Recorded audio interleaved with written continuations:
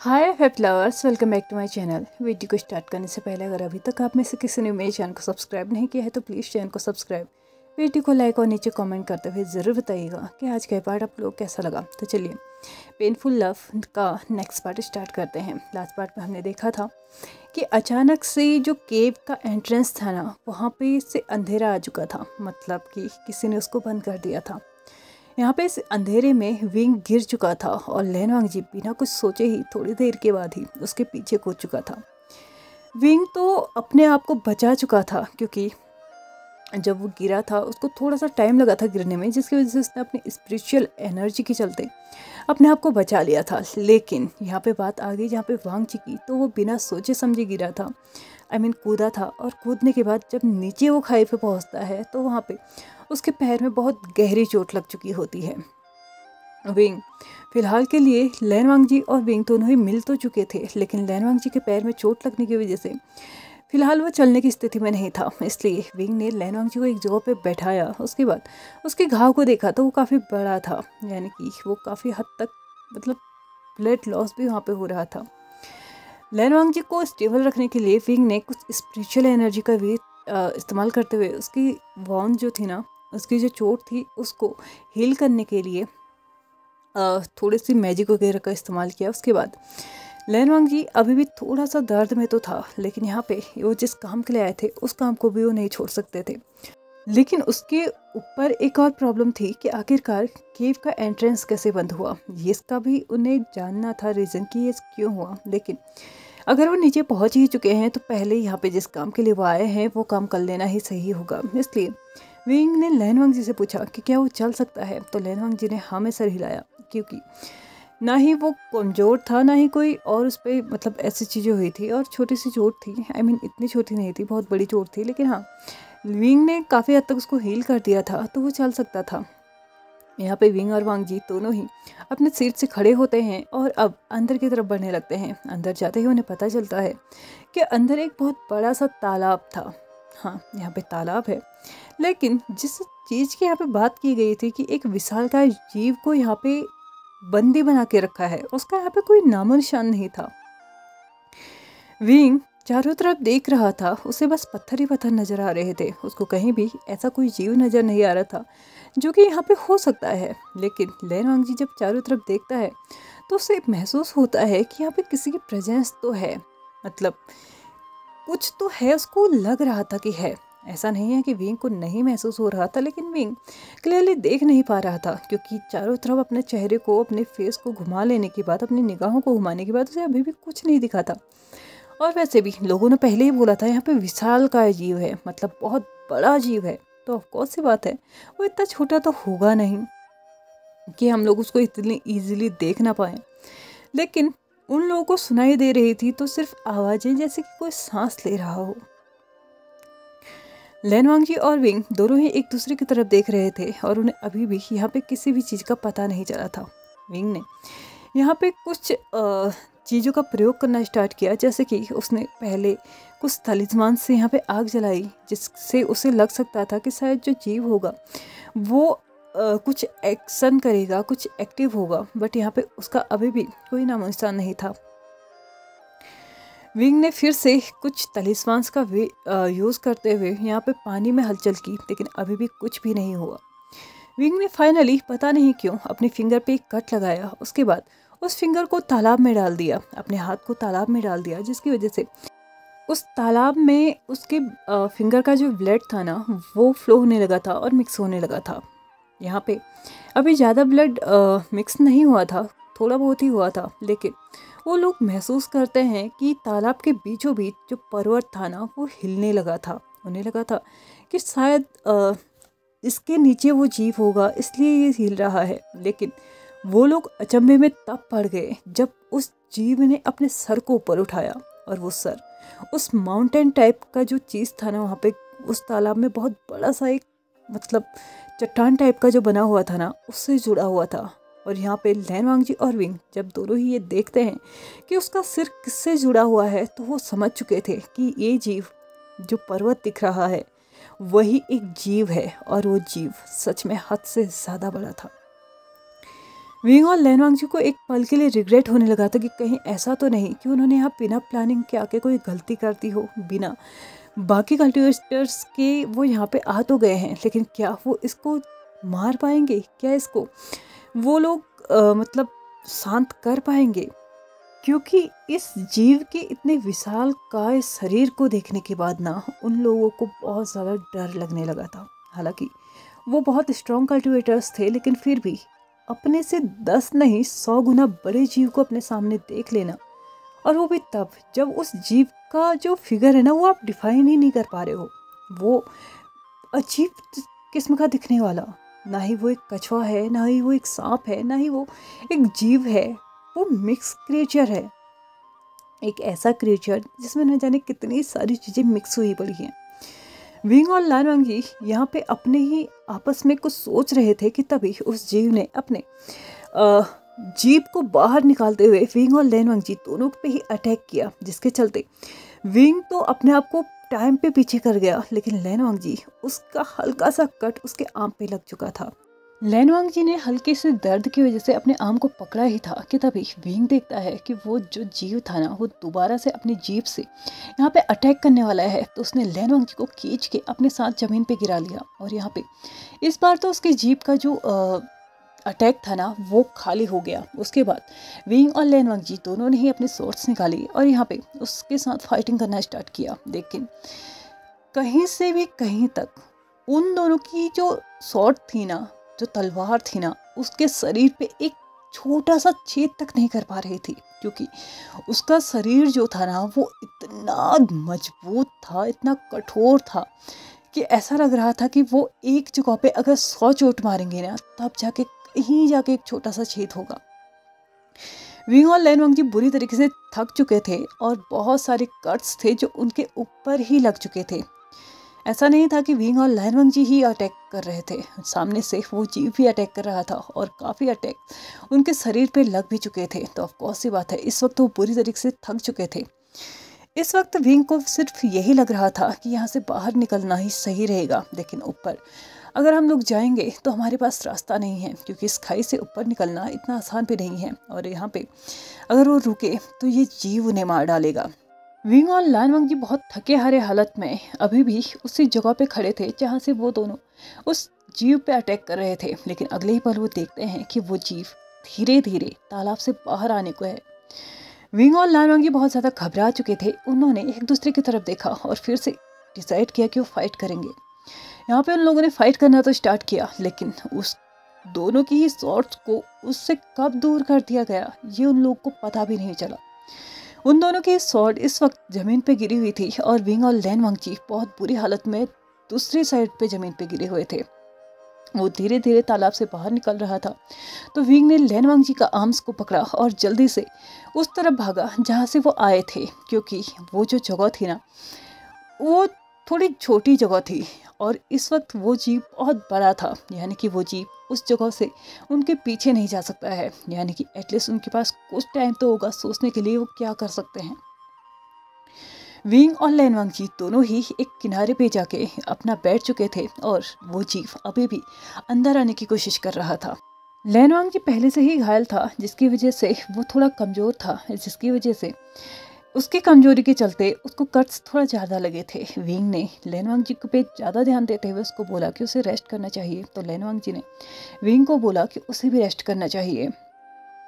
इस फाइटिंग के चलते विंग कभी कभार तालाब में भी गया था, तो उसके कपड़े काफ़ी हद तक गीले भी हो चुके थे, इसलिए उसने अपने सामने आग जलाई अपने तलिस्मान के हेल्प के चलते और आसपास से थोड़ी बहुत लकड़ियाँ ढूंढ के उस आग में डाल दी और अपने कपड़े खोल के उसने उन्हें सुखाने के लिए डाल दिया। दूसरी तरफ लैनवांग जी था जिसके ऑल ओवर बॉडी पे कट्स लगे हुए थे और विंग के पास फिलहाल कुछ भी नहीं था, जिसके चलते वो कट्स को ना हील कर सकता था, इसलिए अपनी स्पिरिचुअल एनर्जी का ही वो मतलब इस्तेमाल कर रहा था। लेकिन उसको रोकते हुए लैनवांग जी ने उसको बोला कि रुको, मेरे पास कुछ है। लैनवांग जी ने अपने पाउच को बाहर निकाला, उसमें से कुछ मेडिसिन्स निकाली और अपने और विंग दोनों के ही जो कट्स लगे हुए थे ना उन पे अप्लाई करना स्टार्ट किया। लगभग 2 घंटे निकल चुके थे और विंग और वांग जी आराम से बैठे हुए थे। हालांकि उनके अंदर बिल्कुल भी आराम नहीं था, लेकिन अभी भी वो जीव इधर उधर घूम के बस उन दोनों के पास जाने की कोशिश कर रहा था। यहाँ पे विंग और लैनवांग जी एक बात तो समझ चुके थे कि वो जीव जब तक वहाँ से अटैक कर रहा होगा ना, वो तब तक तो उसे नहीं हरा सकते। यानी कि उन लोगों को इंतज़ार करना होगा कि कब वो अटैक करना छोड़ेगा, और वो तभी हो सकता है जब वो जीव शांत हो जाए। और शांत वो तभी हो सकता है जब वो तालाब में जाएगा और दोबारा से सो जाएगा, या फिर उसी मुद्रा में चले जाएगा जिस मुद्रा में वो अभी तक था।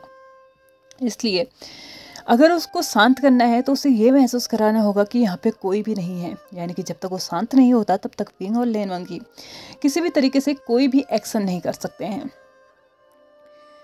2 घंटे, 4 घंटे, 6 घंटे, 8 घंटे और पूरा दिन निकल चुका था। ऑलमोस्ट मिडनाइट का टाइम था। लैनवांग जी और विंग दोनों ही यहाँ पे ठंड से कपकपाने लगे थे, क्योंकि ये बहुत ज़्यादा नीचे की जगह थी, तो यहाँ पे ठंड होना बहुत नॉर्मल सी बात थी। विंग और लैनवांग जी ने एक दूसरे को आर्म्स में लिया, और इस वक्त वो एक दूसरे की वार्मनेस को ही फील करना चाहते थे, और वही वो एक दूसरे को दे रहे थे। सामने आग भी जली हुई थी जो उनकी काफ़ी हेल्प कर रही थी। एक दूसरे की वार्मनेस में खो के वो दोनों सो चुके थे, और ऑलमोस्ट मॉर्निंग हो चुकी थी। लैनवांग जी एज पर हैबिचुअल पर्सन वो सुबह 4 बजे उठ चुका था, और लैनवांग जी जब उठा तो विंग को भी पता चल चुका था कि 4 बज चुके हैं, क्योंकि लैनवांग जी हमेशा 4 बजे ही उठा करता था। विंग ने लैनवांग जी की तरफ देखा और उससे पूछा कि वो कैसा फील कर रहा है, तो उसने बोला मैं ठीक हूँ, मुझे अभी दर्द नहीं हो रहा है। लेकिन विंग ने जब उसके नीचे ट्राउजर्स को ऊपर किया तो अभी भी उसके पैंट पे जो उसके पैर का जो घाव था ना, वो अभी भी वैसे ही था। तो उसने लैनवांग जी से बोला कि तुम इस वक्त और नहीं लड़ सकते हो। तो लैनवांग जी ने उसको बोला तो क्या तुम अकेले लड़ने वाले हो? क्या तुम्हें लगता है कि तुम अकेले उसे हरा सकते हो? विंग ने लैनवांग जी को बोला ठीक है, मैं अकेले नहीं लड़ूंगा, लेकिन हमें इसके लिए पहले प्लानिंग्स करनी होंगी। पहले ही हम एक बेवकूफ़ी कर चुके हैं यहाँ पे, बिना किसी हेल्प के आके, बिना किसी को बता के। अब और बेवकूफ़ी हम नहीं कर सकते हैं, इसलिए मुझे लगता है कि पहले हमें प्लानिंग कर लेनी चाहिए। उसने लैनवांग जी को थोड़ी देर रुकने के लिए बोला, और वो दोबारा से उसी जगह पे गया, और वहाँ जाके उसने देखा कि वो जीव दोबारा से तालाब में जा चुका है। उसने हल्के से अपनी और लैनवांग जी दोनों की शॉर्ट्स को उठाया, और लैनवांग जी के पास जाके उसने बताया कि वो जीव दोबारा से तालाब में जा चुका है। लैनवांग जी ने विंग की तरफ देखते हुए बोला अब तुम क्या सोच रहे हो? तो लैनवांग जी को विंग बताते हुए बोलता है मुझे नहीं लगता कि हम इसे बाहर से मार सकते हैं। अगर हम इसे अंदर से मारने की कोशिश करें तो शायद ही हो सकता है। तो विंग लैनवांग जी से बोलता है हमें इसके अंदर जाना होगा। लेकिन लैनवांग जी की जो हालत थी उसे देखते हुए विंग को बिल्कुल भी नहीं लग रहा था कि वो उसके अंदर जा सकता है। इसलिए उसने बोला कि ठीक है, हम दोनों तरफ से इस पे वार करेंगे, बाहर और अंदर दोनों साइड से। लेकिन जैसे कि हम पहले ही देख चुके हैं, इसके बाहर की जो स्किन है वो कितनी सख्त है, वहाँ पे हम कितनी भी वार कर लें उस पर कोई असर नहीं होगा। लेकिन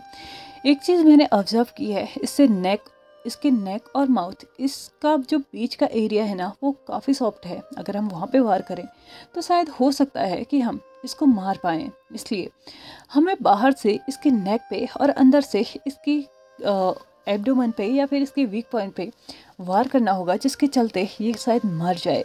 लेकिन वांग जी ने विंग को रोकते हुए बोला 1 मिनट, तो क्या इसके लिए हमें उसके अंदर जाना होगा?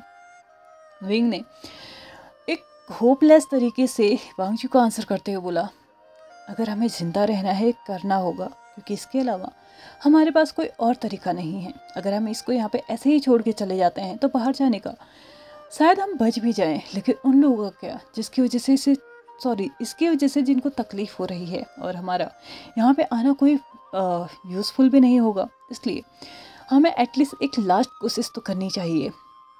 लैनवांग जी ने अपने शॉर्ट को अपने हाथ में लेते हुए उसी के सहारे खड़े होते हुए विंग से बोला ठीक है, मैं उसके अंदर जाऊंगा। लेकिन विंग ने उसको रोकते हुए बोला नहीं, तुम उसके अंदर नहीं जा सकते, तुम अभी पहले ही इतने कमज़ोर हो। मैं चाहता हूँ कि तुम बाहर से उस पर वार करो, और अगर ना हो पाए तो छोड़ देना, लेकिन हाँ मैं उसके अंदर जाऊँगा। और एक बात और, अगर तुम्हें लगे कि मैं काफ़ी टाइम तक बाहर नहीं आ पा रहा हूँ तो तुम यहाँ से चले जाना, मेरा इंतज़ार मत करना।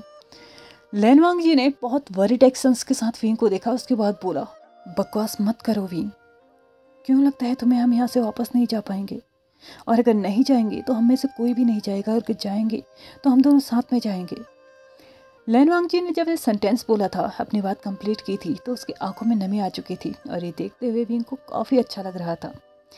हाँ, उसके हस्बैंड को रोते हुए विंग को काफ़ी अच्छा लग रहा था, क्योंकि उसकी हस्बैंड की जो इच्छा थी ना, वो बस यही थी कि वो अपने हस्बैंड के साथ पूरी लाइफ टाइम जिए, और अगर नहीं जी सकता तो वो जीना ही नहीं चाहता।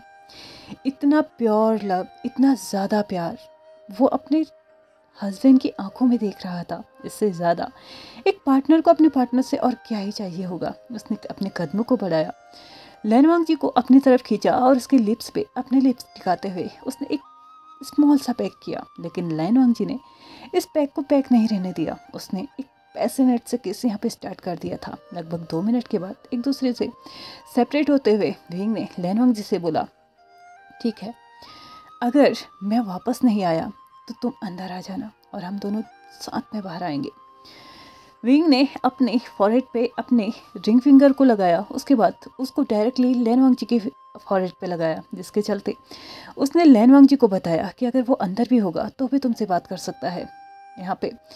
इसके बाद उसने तैयारी कर ली थी कि वो अंदर जाएगा। उसने धीरे धीरे तालाब में जाना स्टार्ट किया और यहाँ से उसको रास्ता मिल चुका था उस विशालकाय जीव के अंदर जाने का।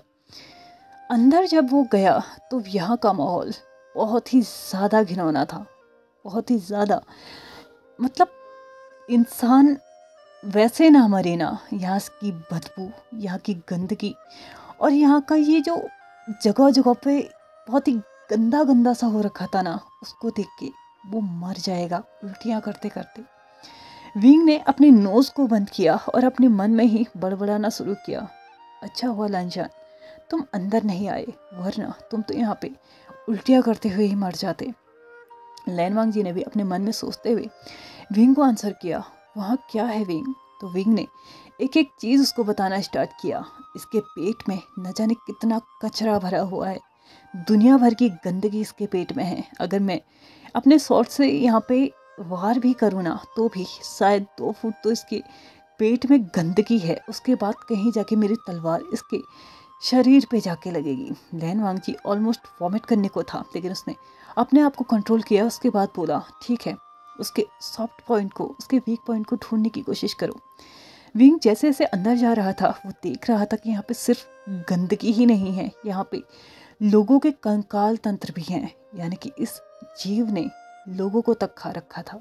और जब विंग ने ये देखा ना, तो विंग अपने आप को रोक नहीं पाया और उसने वॉमिट कर दिया। फिर भी अपने आप को मेंटेन करते हुए, अपने आप को थोड़ा सा शांत करते हुए और ये सोचते हुए कि उसे फिलहाल ये देखना ही होगा, इसलिए उसने अपने फेस भी कवर कर लिया था और अपने कदमों को आगे बढ़ाना स्टार्ट किया। वो लगभग उसके नेक साइड पे पहुंच चुका था और उसने लैन वांगजी को बोला कि वो नेक पे पहुंच चुका है। लैन वांगजी अपने पाउच से एक रस्सी निकालता है, जो कि वो एक ऐसी रस्सी थी जिससे किसी को भी बांधा जा सकता है, और उससे बांधा जाने के बाद उसके साथ पुष्ट भी अगर अपनी पूरी ताकत लगा लेना तो भी वो उसे छुड़ा नहीं सकता।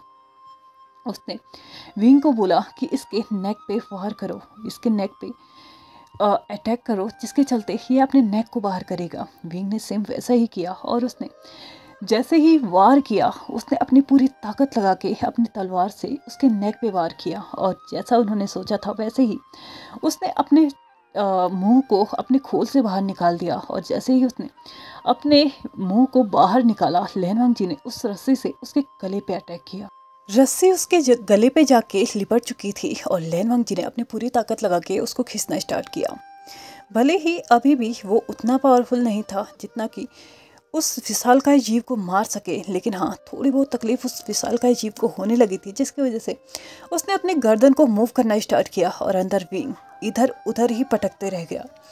विंग पटकते पटकते इधर उधर गिरते पड़ते फाइनली एक जगह पे जाके रुक चुका था। उसने किसी चीज़ को पकड़ा था, जिसके चलते वो उस जगह पे रुक चुका था, लेकिन वो नहीं जानता था कि उसने किस चीज़ को पकड़ा था। उसकी आंख बंद हो चुकी थी और इस वक्त उसको अपने चारों तरफ सिर्फ एक ही चीज़ महसूस हो रही थी, और वो था काला धुआं।